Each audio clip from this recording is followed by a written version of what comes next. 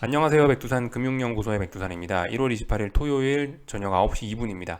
본 영상으로 월요일 아침 영상 대체하겠습니다. 월요일 저녁 영상으로 찾아뵙도록 할게요. 아침에는 영상 없으니까 기다리지 마세요. 이제 금요일날 미국장 이야기 하겠습니다. 미국장은 상승 마감했습니다. 상승의 이유는 기술적인 이유는 뭐겠어요? 최근에 좀 다소 슈팅이 걸린 상태다. 세계 증시가 분위기적으로 굉장히 뜨겁다. 뭐 이런 이야기 드렸고요. 그러니까 분위기가 굉장히 좋으니까 그냥 관성에 의해서 밀려 올라가는 겁니다. 브레이크를 밟아도 안 듣는 거죠. 그냥 계속 올라가는 거예요. 분위기 타고. 그것이 상승에 일조를 했고요.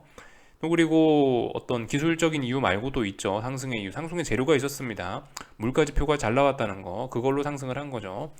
물가지표에 민감하게 반응하는 게 나스닥이죠. 지금까지요. 예, 그래서 잘 보시면은 나스닥이 0.9%, S&P가 0.25% 올라서 나스닥이 굉장히 많이 올랐다. 이거만 봐도 물가지표가 시장에 마음에 들게 나왔구나라는 것을 우리가 알 수 있습니다. 어, 참고로 이제 이런 모습들이 계속해서 요즘에 지속되고 있죠. 한 1월 중순쯤부터 지금까지 계속 이런 모습 지속되고 있는데 나스닥의 상대적인 강세 이런 게 나타나고 있는데 이런 걸 보는 관점은 일단 저는 안 좋다라고 보고 있다고요. 이 새로운 진짜 시장이 산뜻하게 새로운 출발을 하고 싶으면 상승 추세를 새롭게 만들어내고 싶으면 새로운 주도주가 필요할 것이다. 근데 주도주가 너무 옛날에부터 해먹었던 그 이상한 종목들만 있다. 지금도 애플, 지금도 여전히 몇 년째 애플, 몇 년째 마이크로소프트, 몇 년째 구글, 몇 년째 메타냐, 몇 년째 아마존이냐, 몇 년째 테슬라냐 이거죠. 새로운 게 필요할 것 같은데 이거는 그런 관점에서는 별로 건강이 좋지 않아 보인다. 시장의 건강이 별로 좋지 않아 보인다라고 그렇게 생각이 됩니다. 지수는 많이 올랐는데 그래서 상승 종목 수는 좀 부진하고요. 하락 종목 수도 굉장히 많이 보이긴 합니다. 이런 점들 전반적으로 확인을 했고 물가지표는 두 가지 점을 좀 제가 살펴보자라고 말씀드렸는데 일단 둘 다 일단 뭐 그런 일이 일어나긴 했어요. 그러니까 무슨 일이냐면은 일단 첫 번째는 서비스 물가가 찐득하게 좀 고공행진하고 있다는 거, 그죠? 그게 또 한 번 확인됐습니다. 코어가 높죠. 예, 코어 붙은 친구들이 증가율도 높고 많이 좀 덜 떨어졌습니다.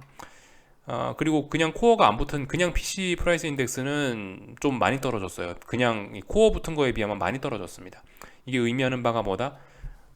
원자재나 뭐 이런 것들이 가격이 떨어지면서 물가가 안정된 측면이 크다. 서비스 물가, 뭐 고용 시장이 좋거나 뭐 이래서 뭐 요즘 임금도 높고 이런데 그런 서비스 물가가 요즘 고공행진을 하는 것이 좀 문제구나 이렇게 볼 수 있겠습니다. 근데 그거는 좀 자세한 이야기인 거죠, 그죠? 전반적으로 물가 지표는 흡족하게 나온 겁니다. 그렇게 생각하시면 되겠고요. 또 하나의 포인트는 그거죠. 이제 드디어 기준금리가 물가지표보다 높아졌습니다. 기준금리가 물가지표보다 높아졌다라는 거는 이쯤 되면 이제 슬슬 이제 좀 너무 연준 니네 과잉 긴축 아니냐라는 이야기를 할 수 있는 자그마한 근거가 되는 거죠. 이 정도를 갖고 과잉 긴축이다, 니네 과잉 긴축이야라고 딱 도장 찍기는 좀 애매한데, 야 이제 물가지표보다 기준금리가 더 높은데 이제 좀 긴축이 좀 너무한 거 아니야? 이 정도 뉘앙스의 이야기는 할 수 있는 때란 말이죠. 아, 그게 이제 좀 심해지면은 2년물 금리 이런 게 툭 떨어지면서 앞으로 금리 인하 기대감 이런 거를 시장에 반영시킬 수도 있는데 어젯밤에 일단 그런 일은 없었습니다. 어젯밤은 일단 그냥 무조건 좋다. 야 이거 미국 경제가 기가 막히구만. 어제 저기 목요일 날 GDP 확인했는데 GDP도 성장률도 훌륭하고 고용 시장도 훌륭하고 근데 물가도 잡혔다. 야 너무나 좋다. 어젯밤엔 그냥 좋다 이렇게만 일단 해석을 한 겁니다. 시장이요. 첫 번째, 두 번, 뭐, 제가 말씀드린 뭐 1번, 2번 뭐 그런 점들 서비스 물가가 찐득하다라든가 아니면 뭐 금리 인하 기대감이라든가 이런 거 같은 경우는 일단 나중에 언젠가 시장에 발목을 잡을 수도 있는 그런 요인이라고 생각하시면 되겠습니다. 어젯밤에는 일단 그런 거 없이 야 기가 막힌다 미국 경기 끝내준다 이러면서 일단 상승을 한 겁니다. 이렇게 보시면 되겠고요. 어젯밤 상승으로 인해서 기술적으로 큰 변화가 있었습니다. S&P는 모르겠는데 나스닥은 일단 상승 추세로 전환됐습니다. 드디어 한 1년 가까이 하락을 했는데 1년 가까이 하락하던 게 상승 추세로 전환됐습니다. 저점 여기 있잖아요. 저점과 저점이 높아지고 고점과 고점이 높아졌죠. 그리고 중요한 저항까지 돌파 한창 했으니까 상승 추세로 전환됐습니다. 그런데 나스닥은 S&P는 아직 전환 도장까지는 못 찍겠어요. 아직 고점이 높아지지도 않았고 중요한 저항에 턱걸이에 있는 상황입니다. 4080 정도가 중요한 저항인데 살짝 턱걸이 안착이라서 아직 돌파 안착했습니다, 추세 전환입니다 라고 이야기는 못 하겠습니다. 근데 S&P가 이 좀 중장기적인 큰 그림으로 봤을 때는 나스닥보다 건강 상태가 좋아서요. 만약에 이제 시장이 진짜 상승 추세로 전환된다면은, 진짜 진정하게 전환이 된다면 S&P의 수익률이 전 더 좋을 것 같긴 해요. 왜냐, 이런 것만 봐도 그렇죠. 10월 중순의 저점, 여기 12월 말 1월 초의 저점이 많이 높아졌잖아요. 저점이 높아진 게 뭡니까? 이게 강력한 매수세가 들어왔다는 이야기죠. 강력한 매수세가 들어왔으니까 이 매수세가 힘을 쓴다면은 저 머리, 지금은 아닐 수 있지만 어느덧 뭐 그 언젠가 얘가 이제 중요한 저항을 돌파한 차가면 훨씬 탄력적으로 오를 수 있다란 그런 이야기로 받아들여질 수 있거든요. 그렇기 때문에 지금 당장은 이제 저항에 걸려서 좀 콜록콜록하고 있는 S&P입니다만은 전반적인 건강 상태는 S&P가 훨씬 좋다라는 점 생각해 보셔야 되겠고, 나스닥은 전반적인 건강 상태는 안 좋습니다. 단지 최근에 좀 컨디션이 좋은 것 뿐이에요. 최근에 먼저 S&P보다 상승 추세로 전환되고, 근데 보시면은 나스닥 같은 경우는 하나, 둘, 셋 이러면서 거의 저점의 높이가 동일합니다. 이 이야기는 뭐다? 매수세가 좀 시원찮다라는 걸 의미합니다. 이게 다행히 이제 이게 지금 상승이 다행히 진짜로 밝혀져서 상승 추세로 전환되면 이런 게 문제가 없을 수도 있는데, 이게 만약 속임수였다 그러면 이거는 대차게 얻어맞을 수 있습니다. 조심하셔야 돼요. 그래서 이 전반적인 건강 상태는 여전히 나스닥이 안 좋다. 다만 나스닥이 최근에만 컨디션이 좋은 것이다 생각하시면 되겠습니다. 그래서 이제 여기쯤에서 이제 다들 물어보시겠죠. 이제 야, 너 나스닥까지 상승 추세로 전환됐는데 어떡할 거냐? 물어보실 수 있는데, 저는 그 코스피하고 똑같이 대응할 겁니다. 코스피 뭐라고 말씀드렸죠? 코스피에서 최근에 코스피를 보면서 상승 추세로 전환된 코스피를 보면서 제가 드렸던 이야기는, 이번에 상승 추세로 전환된 건 인정하는데, 근데 이번에 처음으로 전환이 됐기 때문에 우리 진위 여부는, 이게 진짜인지 가짜인지 여부는 한 번쯤은 신뢰도를 테스트해 볼 필요가 있을 것 같고, 그리고 상승 추세로 전환된 과정에서 지나치게 좀 오버슈팅 기가 좀 많이 보이기 때문에, 이거 오버슈팅이라면은 이게 지금의 추세 전환이 속임수로 밝혀질 수도 있기 때문에 그런 것들은 좀 확인해야 된다. 그래서 일단은 뭐 지금은 아무것도 안 한다. 다음번에 이 오버슈팅이 언젠가 끝나고 얘가 이제 턴어라운드 할 때가 있을 텐데, 그때 턴어라운드 할 때 이 엄청난 오버슈팅을 조정으로 멋지게 마무리하면 상승 추세로 완전히 전환됐다라고 인정하고, 그때 되면 저도 상방으로 갈아탈 거고요. 근데 근데 조정이 아니고 하락 추세로 이게 다시 이게 쭉쭉쭉쭉 연결이 돼 버린다면, 그럼 그냥 계속 지금 포지션 들고 가면 되겠죠, 그죠? 이렇게 대응할 거라고 말씀을 드렸습니다. 코스피에서. 나스닥도 그렇게 할 거예요. 똑같이 그렇게 할 겁니다. 그래서 지금 어쨌든 계속해서 1월달 들어가지고 아래쪽으로 보시는 하방 투자자분들이 굉장히 좀 힘든 시간을 좀 보내고 계신 게 사실이죠, 그죠? 그런 생각 하실 수 있어요. 내가 왜 이거 아래쪽을 봐갖고, 굳이 이런 자리에서 아래쪽을 봐가지고, 증시 올라가고 있는데 아래쪽을 봐갖고 개고생을 하고 있냐. 그런 생각을 하실 수가 있는데, 저는 어쨌든 저는 그렇게 좀 고생을 할 만한 가치가 있다라고 생각을 해요, 개인적으로는요. 그 고생의 가치가 돈 때문에, 뭐 수익에 대한 기대 때문에 고생을 하자라는 그런 거를 말씀드리는 건 아닌 거고요. 말씀드렸다시피 이게 주식을 돈만 보고 하지 말자라는 이야기를 좀 계속해서 좀 드리고 있거든요. 물론 우리가 돈을 벌려고 주식을 하지만, 진짜 그 돈에 미쳐가지고 그 어떻게든 조금이라도 더 수익을 내려고 그러고 거기에만 너무 좀 얽매여 버리면은, 거기에만 너무 얽매여 버리면 돈은 도망간다, 이런 식의 이야기를 제가 지난번에 좀 드렸었죠. 그거 한번 좀 생각을 해보세요. 저의 경험상은 그래요. 이게 내가 돈을 벌겠다고 돈을 열심히 쫓아가는 행위를 할 때는 끝이 별로 안 좋더라고요. 막상 돈도 얼마 안 붙고요. 근데 이제 제가 이제 옳은 길을 잘 가고 있으면은 자연스럽게 좀 큰 돈이 와서 저한테 달라붙어 주더라고요. 이제 그런 걸 보면서 좀 느꼈죠. 역시 돈은 따라가는 게 아니고 내가 올바른 길만 가고 있으면 돈은 자연스럽게 와서 따라 붙어 있구나. 그래서 내가 바른 길 가는 거, 그러니까 어떤 그런 철학적인 면, 투자에 있어서 본인의 어떤 투자 아이디어나 뭐 투자 철학이나 이런 게 전 좀 더 중요하다라고 보고 있거든요. 그러니까 지금 고생하는 거, 지금 아래쪽을 보시는 분들이 고생을 하고 계시는데, 제 생각에는 충분히 지금 그런 측면에서 이런 고생을 우리는 좀 감수할 필요가 있다라고 보고요. 지금 이 고생이 이제 다행히 잘 풀려가지고 이제 큰 성과를 주면은 뭐 다행인데, 잘 안 풀릴 수도 있는 겁니다, 그죠?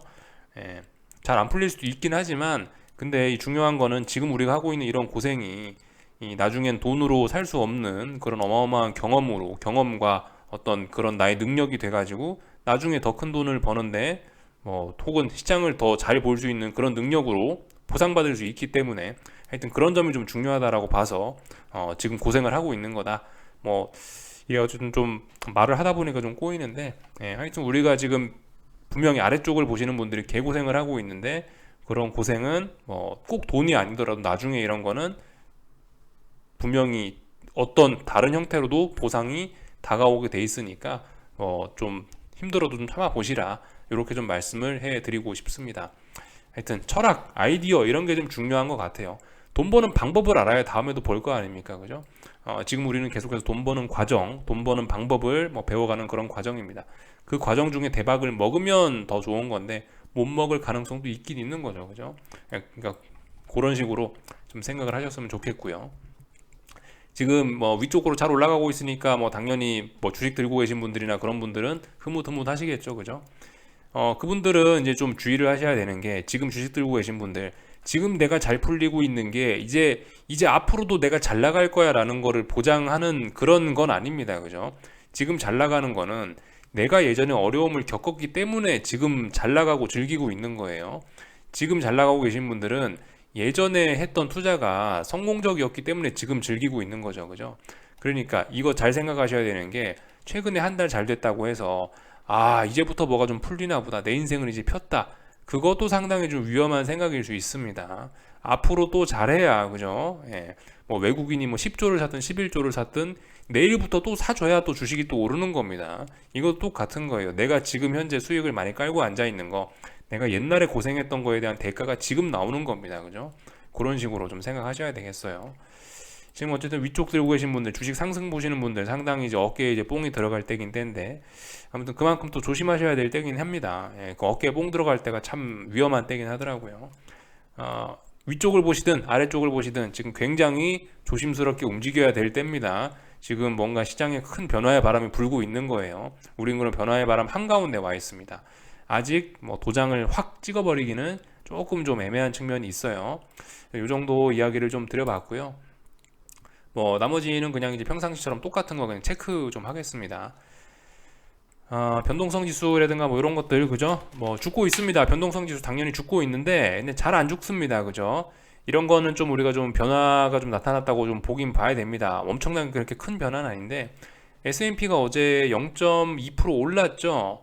0.2% 올랐는데 이 변동성 지수가 이 정도 아래 꼬리 달고 버틴 거면은 사실 상당히 잘 버틴 겁니다. 이거 좀 이례적인 겁니다.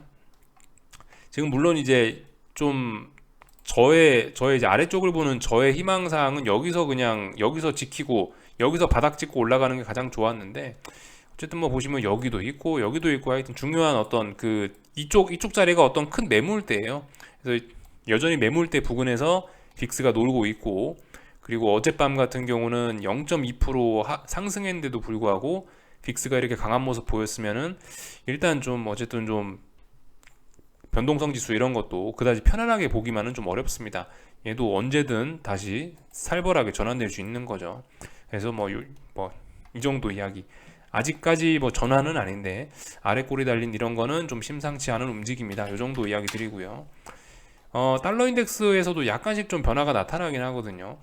달러 인덱스 같은 경우도 보시면 이제 죽다가 이제 좀 잘 안 죽죠. 아직까지는 괜찮은데요. 아직까지는 괜찮은데 이런 경우는 자칫 잘못해갖고 여기 어디 이런 라인만 넘어서면은 금방 무섭게 추세 전환 될 수 있습니다. 어젯밤은 이게 사실 달러가 이렇게 올라올 만한 이유가 별로 없긴 했어요. 근데 일단 달러가 더 이상 안 빠지고 양봉의 상승 마감을 하긴 했습니다. 여기서 좀 연속적으로 상승 마감 되면은 예상외로 이게 좀 예상외로 많이 튀어오를 수 있습니다. 잘 보셔야 돼요. 달러 인덱스 일단은 2거래 연속으로 어디선가 하방 경직성 만들고 버티고 있습니다. 연속적으로 한 번만 더 올라오면 추세전환 이런 것도 이야기할 수 있는 추세전환은 아니고 추세전환 가능성 정도 좀 강하게 이야기할 수 있는 그런 자리가 될 수 있어요. 잘 보셔야 됩니다. 이거 보고 달러 사기는 좀 그렇고요. 아직은 뭐 그런 것까지는 아닌 것 같고요. 네. 하여튼 뭐 그죠? 네. 어떤 2거래일 동안 멈췄다. 이 정도는 좀 수상한 점입니다. 참고하셔야 되겠고, 금리들은 어젯밤에 뭐 특별한 일 없었어요. 예, 물가지표 나왔는데도 불구하고 뭐 그냥 뭐 특별한 일 없이 적당히 뭐 옆으로 기어가고 있거나 이런 모습들, 딱히 그 말씀드렸다시피 딱히 뭐 금리 인하 기대감 이런 거 나타나지 않았습니다. 채권 들고 계신 분들도 좀 계속해서 좀 고민을 좀 해보셔야 될 때긴 해요. 물론 일단은 그 아래쪽으로 일단 전환은 됐습니다. 금리는 계속 떨어지고 일단 채권 투자 지금 여전히 유효한 상황이에요. 그렇지만 지금 이제 뭐 최근에 앞으로 지금 이쪽 부분에서 일단 버벅버벅 하고 있죠. 조금 좀 주의해서 잘 볼 때입니다. 채권 투자하신 분들 완전히 아직 안심할 때는 아니고 조금 좀 집중 정도는 하고 있자고요. 요 정도 이야기 뭐 드리면 될 것 같고, 이슈 저기 참 이거 우리 참 하나 참 알고 넘어가야겠더라고요. 요거 이야기까지만 하고 마치겠습니다. 그 지난주에 연준 원로이사가 연설을 하긴 했는데요. 사실 특별한 이야기 안 한 줄 알았거든요. 근데 이게 알고 보니까 좀 굉장히 중요한 이야기를 하긴 했더라고요. 요거 이 기사가 이 신문 기사가 이 내용을 잘 정리했길래 요거 하나 좀 보고 넘어가겠습니다. 지금 이런 이야기가 사실 좀 그 결과적으로 좀 시장에 별로 안 좋은 일일 수 있는데, 근데 이제 시장이 이제 지금 워낙 추세적으로 강하게 올라가고 있고 분위기가 좋으니까 그냥 이런 뉴스는 사실 좀 살짝 좀 못 들은 척하고 좀 무시한 것일 수 있다라는 생각이에요. 아무튼 좀 내용을 보자면은 요겁니다. 여기 요약 잘 돼 있죠. 연준의 지급준비금에 영래포 잔고를 같이 합쳐서 봐야 되지 않겠냐 라면서, 그죠? 지급준비금의 개념에 관해서 좀 확장을 시켰고요. 그리고 또 약간 좀 뜬구름 잡는 좀 처음 듣는 이야기죠. 금리 인하를 연준이 하더라도 양적 긴축 QT는 계속할 수 있다. 이런 이야기를 또 했습니다. 이건 좀 굉장히 새로운 이야기예요. 이런 이야기가 이제 FOMC 회의에서 공식적으로 나온 건 아니지만 이 연준 지금 현역 이사가 이런 이야기를 했다는 거는 어느 정도 좀 시장에 충격이 있을 수 있습니다. 실제로 저 이야기가 FOMC 회의 의사록이나 이런 데 나오는지 우리는 좀 유심히 지켜볼 필요가 있어요. 그리고 연준이 생각하는 적절한 지급준비금의 규모는 GDP의 10%다. 그리고 이 10%라는 걸 그 10%라는 걸 이야기한 이유는 이거를 통해서 QT가 언제까지 계속될 것이냐를 짐작할 수 있기 때문에, 그래서 현재 속도대로 계속해서 긴축을 한다면 한 2년 반, 3년 반, 아니 2년 반에서 3년 정도는 긴축을 계속 해야 된다라는 게, QT를 계속 해야 된다라는 게 결론입니다. GDP의 10% 정도까지 이 지급준비금을 줄여야 되는 게, 그러니까 연준은 지급준비금 규모를 GDP의 10%까지 줄이고 싶은데, 근데 이게 2년 반에서 3년은 걸릴 수 있다라는 이야기를 한 거죠. 조금 좀 자세한 내용 여기 보이는데 이것만 보시면 됩니다. 조금 더 구체적인 이야기인데요. 그래서 이제 여기 있는 이거를 줄이는 과정이 뭐 물론 조금 구체적인 이야기 좀 다를 수 있지만, 여기 있는 이 그래프를 요걸 아래쪽으로 줄이는 과정이 QT란 말이죠. 이게 양적 긴축이란 말이죠. 정확한 건 아니지만 대충 비유를 드리자면요. 이 그래프를 낮춰야 돼요. 어디까지? 여기는 빨간 선까지 2.6조까지 낮춰야 됩니다. 근데 지금은 5.25조다라는 거. 그래서 이제 월러이사의 말이 진짜 FOMC 회의에서 어떤 약간 좀 그 연준의 정설 이런 걸로 좀 받아들여진다면은, 생각보다 이 긴축에 대한 것이 좀, 그죠? 어떤 지금 이런 이야기는 약간 시장에서 그 새로운 재료로 받아들여질 가능성이 있어요. 그러니까 지금까지 우리 시장에서는 했던 이야기가 뭐냐면은 계속해서 뭐 인플레가 높다, 뭐 인플레가 낮다, 그래서 금리를 어떻게 한다, 이거에만 지금 포커스를 맞췄다는 거란 말입니다. 지금까지 뭐 QT 이런 거는 약간 관심 밖이었어요. 근데 만약에 이런 이야기가 본격적으로 이번 FOMC 회의에서나 이런 데서 거론이 되기 시작하면은 이거는 새로운 재료로 인식될 수 있습니다. 또 다른 긴축 우려의 자극, 또 다른 긴축 우려의 시작, 뭐 이런 게 될 수도 있는 급의 그런 재료라고 생각을 해요. 그래서 이런 거는 좀 우리가 중요하게 봐야 됩니다. 하여튼 그래서 이 원래는 지급준비금만 보면 됐는데 지급준비금의 영래포 잔고까지 합쳐서 봐야 되지 않겠냐. 그게 5.25조가 되는 거고, 이걸 GDP의 10%까지 낮춰야 된다고 했는데 그 10%라고 하니까 2.6조다. 근데 이제 지금 최근 월 750억에서 800억 달러를 테이퍼링을 하고 있는데, 그 5.25조에서 월 750에서 800억 달러씩 줄여 나가니까 2.6조까지 가려면은 2년 반에서 3년이 걸린다라는 이야기입니다. 근데 이제 그 와중에 금리 인하도 같이 좀 병행을 할 수 있다는 이야기를 지금 처음으로 한 거죠. 이 사실 좀 약간 의아한 거긴 합니다.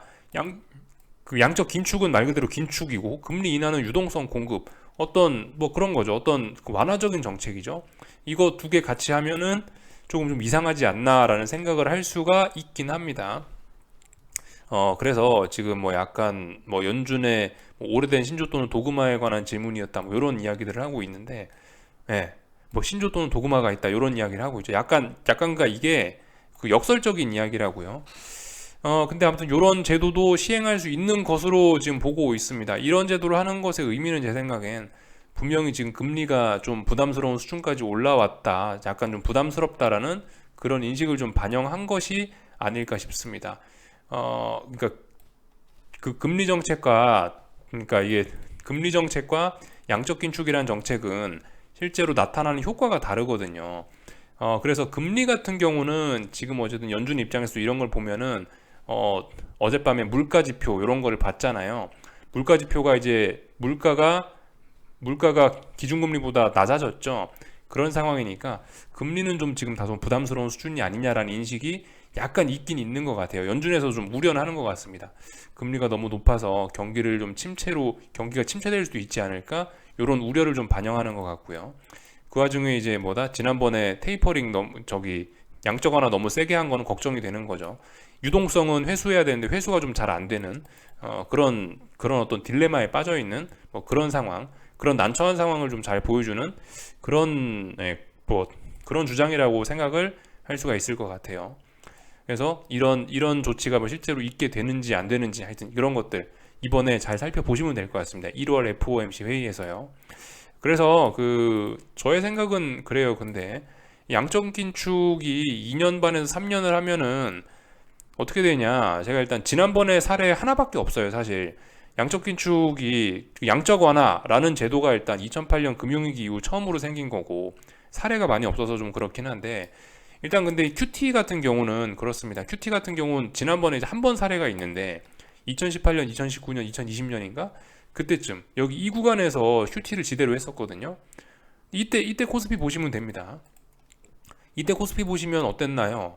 기억하시는 분들 계실 수 있는데 주봉으로 좀 보여드릴까 하는데 그때가 이 구간이에요. 그때가 여긴 이 구간.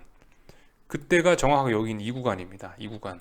이때 계속해서 QT 진행됐던 구간이거든요. 똑같습니다. 그러니까 QT라는 게 결코 이거 증시에 우호적이진 않긴 하거든요. 근데 이걸 2, 3년을 더 한다. 그것도 역시 증시에 별로 좋은 소식은 아닐 수가 있겠다라는 거 좀 우리가 생각은 해볼 필요가 있을 것 같아요. 증시가 올랐던 타이밍도 똑같습니다. 여기 보시면 이쪽 구간이죠. 요거를 좀 크게 좀 보여드릴게요. 요거 하나만 보고 마칠게요. 이게 좀 어려운 얘기다 보니까 저도 좀 설명하면서 계속 좀 말이 헛나오고 좀 그러네요. 양해 좀 부탁드리겠습니다. 하여튼 요거를 보면 이제 정확하게 좀 나타나는데 이 대략적으로 QT를 여기 이때부터 했단 말이죠. 17년 말, 18년 초, 19년까지 하다가 2019년 8월 달부터 양적 긴축이 너무 심했다 이러면서 다시 양적 완화했거든요. 2019년 8월, 9월쯤부터요. 근데 정확하게 코스피가 반등한 게 그때부터예요. 2019년 8월, 9월부터 양적 완화 다시 하니까 다시 올랐어요. 그리고 나서 전염병 와서 박살났죠. 잘 살펴보시면은 이 QT하고 지금 증시하고 굉장히 연관성이 많긴 합니다. 증시가 피크 친 시기하고 QT 시작한 시점하고 거의 일치해요. 거의 이 그래프하고 거의 일치합니다. 지금 증시 차트가 거의 일치해요. 완벽하지는 않지만 거의 일치합니다. 이런 점들 생각을 해보면은 월러이사가 지금 이거 2년 반에서 3년 동안 QT 한다라는 이야기는 굉장히 좀 시장의 악재일 수도 있습니다. 물론 아직까지 이거는 FOMC 회의에서 검증된 정설 이런 건 아니고 이 월러이사 혼자 한 이야기이기 때문에 아직은 그죠? 아직은 이런 썰에 불과한 겁니다. 근데 이거 굉장히 좀 중요한 이야기이긴 한 것 같아요. 새로운 재료가 될 수 있다라는 거 우리가 좀 생각해봐야 되겠습니다. 저도 아직 완전히 아직 다 이해가 안 돼갖고 좀 횡설수설했습니다. 여기까지 하겠습니다. 궁금한 거 리플 남겨주시고 즐거운 주말 보내시고 월요일날 저녁에 뵙도록 하겠습니다. 여기서 마치겠습니다.